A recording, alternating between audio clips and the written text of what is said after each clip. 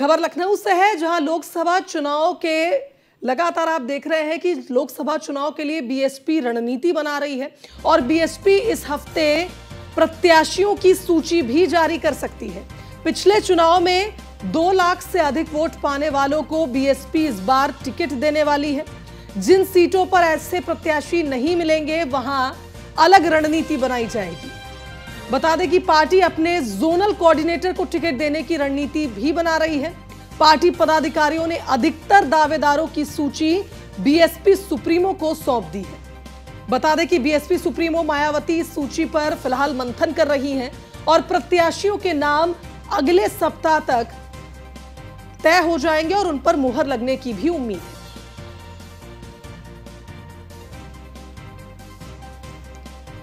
तो फिलहाल आप देखिए, जोनल कोऑर्डिनेटर मंथन कर रहे हैं। बीएसपी सुप्रीमो मायावती के पास कुछ नाम ऐसे होंगे जिन पर मंथन चल रहा होगा, लेकिन यह माना जा रहा है कि मायावती सूची पर मंथन कर रही हैं और जल्द ही कुछ उम्मीदवारों पर मुहर भी लग जाएगी। लोकसभा चुनाव नजदीक हैं, बीजेपी ने पहली सूची जारी कर दी है और अब ऐसे में देखिए अन्य पार्टियां भी जुटी हुई हैं, मंथन का दौर जारी है और उसके बाद यह भी देखने को मिलेगा कि प्रत्याशियों के नाम कब तक सामने आते हैं।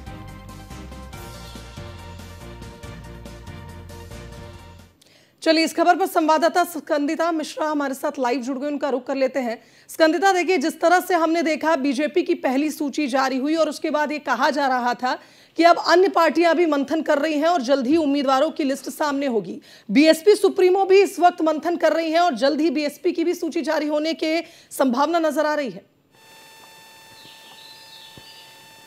देखिए, बिल्कुल आपको बता दें, क्योंकि लोकसभा चुनाव 2024 में बहुत ही कम समय बचा हुआ है, ऐसे में सभी के प्रत्याशियों की जो पार्टियां हैं उनके प्रत्याशियों की सूची आने का ये बिल्कुल ठीक समय है, क्योंकि सबसे पहले समाजवादी पार्टी ने अपने प्रत्याशियों की सूची जारी की थी और उसके बाद में जो है बीजेपी की तरफ से अपनी सूचियों का ऐलान हो गया था, प्रत्याशियों का ऐलान हुआ है कई सीटों को लेकर। और उसके बाद अब बसपा जो है उसके भी कहीं ना कहीं कयास लगाए जा रहे हैं कि अगले हफ्ते तक जो है फाइनल मोहर लग जाएगी। पार्टी के अंदर जो है वो मंथन चल चुका है, एक रॉ डेटा जो था कि जो नाम है वो तय हो चुके हैं, बस एक आखिरी मोहर लगना बाकी है और बसपा सुप्रीमो जो है वो अगले हफ्ते तक अपने प्रत्याशियों की सूची जो है वो जारी कर देगी। और आपको बता दें, कहीं ना कहीं इस बार मायावती की एकला चलो की राह वाली रणनीति है और कहीं ना कहीं उनका प्रयास रहेगा कि किसी भी तरीके से जो अपने प्रत्याशी हैं उनको उतारा जाए, जिसमें से जो अच्छे प्रत्याशी है, जो जिताऊ कैंडिडेट है, उनको मैदान में उतारा जाए। उन्होंने साफ तौर पर कहा है कि जिन प्रत्याशियों को 2 लाख से अधिक वोट मिले थे उनको मैदान में उतारेंगे, उनको टिकट दी जाएगी। और जहां पर ऐसे प्रत्याशी नहीं है जिनको पहले 2 लाख से अधिक वोट मिले हो, तो ऐसे में अपने वो जोनल कोऑर्डिनेटर को ही मैदान में उतारने की रणनीति बना रही हैं कि अपने जोनल कोऑर्डिनेटर को ही मैदान में उतारेंगी।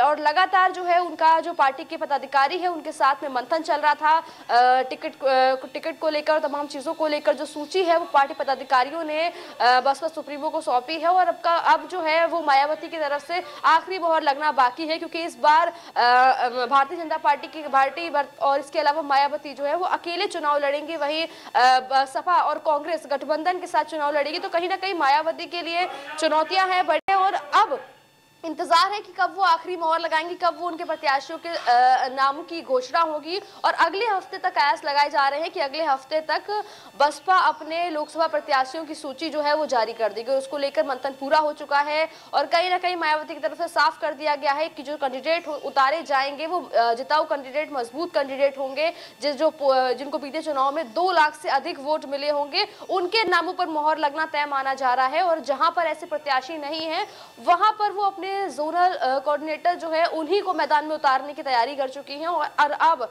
जो है पूरी की 80 लोकसभा सीटों पर मायावती जो है अपने प्रत्याशियों की घोषणा करेंगी, क्योंकि उन्होंने बहुत पहले ही ऐलान कर दिया कि इस बार चुनाव में जो है वो अकेले आएंगी और किसी भी पार्टी के साथ में गठबंधन जो है वो नहीं करेंगी। जी बिल्कुल, देखना होगा और जल्द ही मुझे लगता है इंतजार खत्म होगा जब बीएसपी की सूची भी जारी हो जाएगी। स्कंदिता, बहुत शुक्रिया आपका तमाम बातचीत के लिए।